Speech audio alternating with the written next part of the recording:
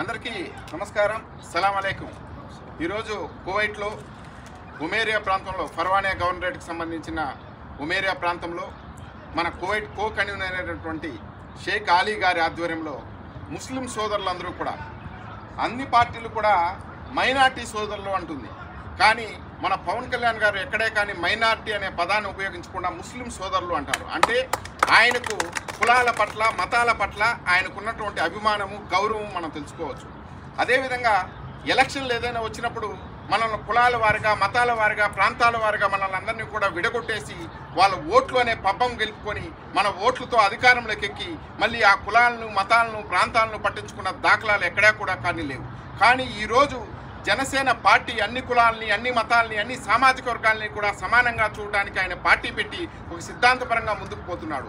ఆయన సిద్ధాంతాలు నచ్చి ఈరోజు ముస్లిం సోదరులందరూ కూడా దాదాపు 15 మంది పైన ఇక్కడ పార్టీలో చేరటం అనేది చాలా సంచలన విషయం. ఇక్కడ అందరూ కూడా వీళ్ళను చూసి ఇలాంటి చోట మేము లేకపోయామే, ఇలాంటి పార్టీలో మేము లేకపోయామని వందల వేల మంది అందరూ కూడా ముందుకు వచ్చి ఈ పార్టీ కోసం పనిచేయాలని చెప్పి మిమ్మల్ని అందరినీ కూడా కోరుకుంటున్నాను. ఎందుకంటే ఈరోజు రాష్ట్రంలో జరుగుతున్నటువంటి అవినీతిని నా ఒక్కడి వల్ల ఏమవుతుంది అని చెప్పి మనం గమనే ఉంటే మన రాష్ట్రం ఎన్ని సంవత్సరాలు వెనక్కిపోతుందో మనందరం కూడా మనం ఆలోచిస్తున్నాం. మన ఆడపిల్లల పైన జరుగుతున్నటువంటి ఆకృత్యాలు కావచ్చు, దోపిడీలు కావచ్చు, అక్రమాలు కావచ్చు, దౌర్జన్యాలు కావచ్చు, ఇవన్నీ కూడా రోజు రోజుకు పెట్టలేకపోతుంటే మనకెందుకు లేని కానీ మనం ఇంట్లో కూర్చుంటే మన ఈ భవిష్యత్తు భావితరాలు ఇలాగే నాశనమైపోవడానికి మనమే దోహదపడతాం. అలా కాకుండా ఈరోజు మనం కడుగు ముందుకు వేసి నా వంతు నేను ఓటు వేసి నా జనసేన పార్టీని నేను గెలిపిస్తాను అని చెప్పి మీరందరూ కూడా ముందుకు వచ్చినందుకు ప్రతి ఒక్కరికి కూడా ప్రత్యేక ధన్యవాదాలు తెలుపుకుంటూ, ఈ రోజు నుంచి మనం ప్రాంతాల వారిగా ఇక్కడ ఏ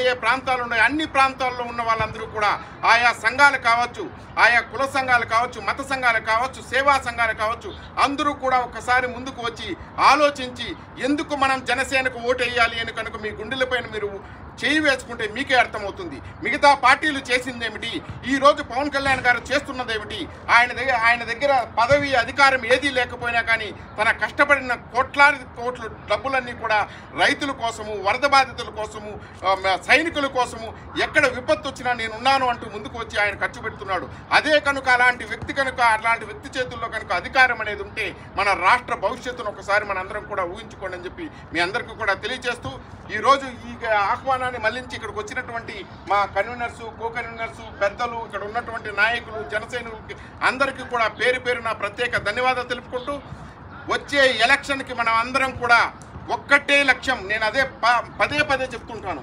మనకి ఏదైనా ఒక రంజాన్ రాని, ఒక క్రిస్మస్ రాని, ఒక సంక్రాంతి రాని, మనం ఇక్కడ నుంచి పండగలకు అని చెప్పి, బర్త్డేలకు అని చెప్పి మనం వెళ్తూ ఉంటాం.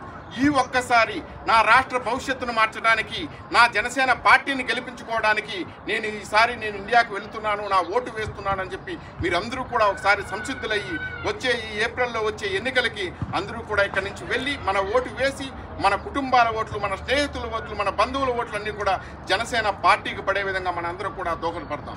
Thank you very much. జై జనసేన, జై జనసేన, జై Janasena. Hello AP, hello AP, hello AP. Pawan Kalyan గారి నాయకత్వం, పవన్ కళ్యాణ్ గారి నాయకత్వం, పవన్ కళ్యాణ్ గారి నాయకత్వం. జై హింద్, జై హింద్.